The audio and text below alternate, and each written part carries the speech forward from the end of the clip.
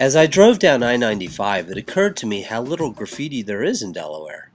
And if there is, it seems to vanish overnight.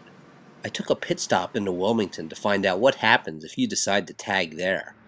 All the businesses are charged a small tax to help fund the BID, or Business Improvement District, which is most of downtown Wilmington, and where a fleet of graffiti cleaners are tagginating graffiti before it even dries. Not only do you risk thousands of dollars in fines, months of community service, and potential jail time, whatever you write just gets immediately erased.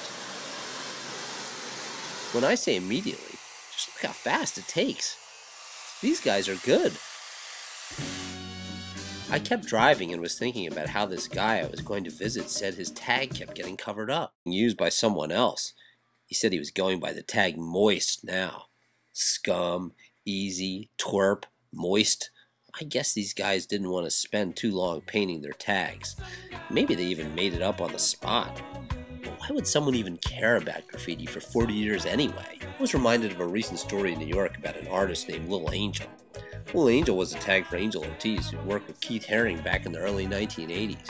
He was an established artist and recently had an art opening, except he missed it for spray painting his name on a nearby wall and had to go to jail. The original twerp had written to me the night before and said he hadn't been arrested in over 10 years. He also denied any involvement painting trains, saying he knew that could be a federal offense, and made me promise that I would bring it up or the interview was off. Didn't he know what state he was living in? The FBI was nothing compared to what can happen if you're stupid enough to have a Sharpie on a school bus in Delaware. The original twerp, as I kept mistakenly calling him, wasn't exactly who I envisioned. His house was covered in scrawled messages and amateur-looking paintings applied directly to the walls. Kind of reminded me of what David Berkowitz's house looked like from Son of Sam. But as twerp, or the original twerp, what happens to your typical graffiti artist, he didn't seem to have any regrets about his life. This is a great thing. Graffiti is great.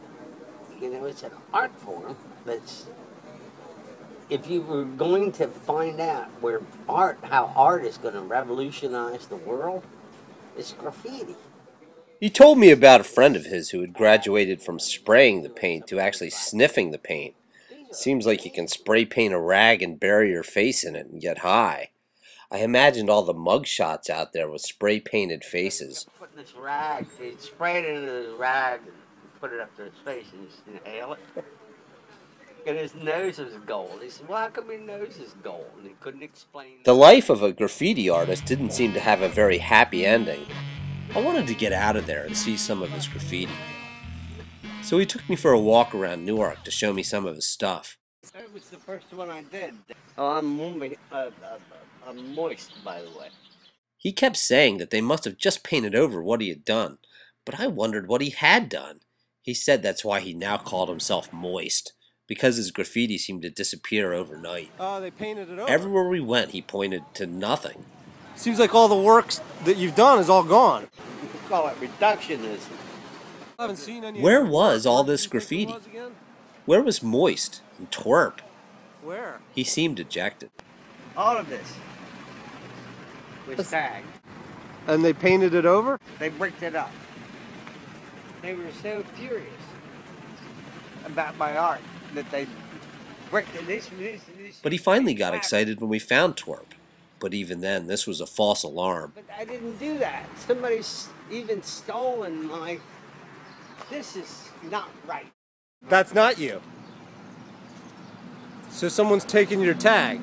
Somebody should paint this guy's fence. Just take a good quality paint. I would say 1 gallon,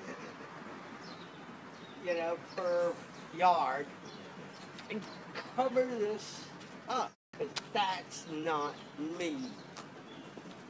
That's me. But they covered it up.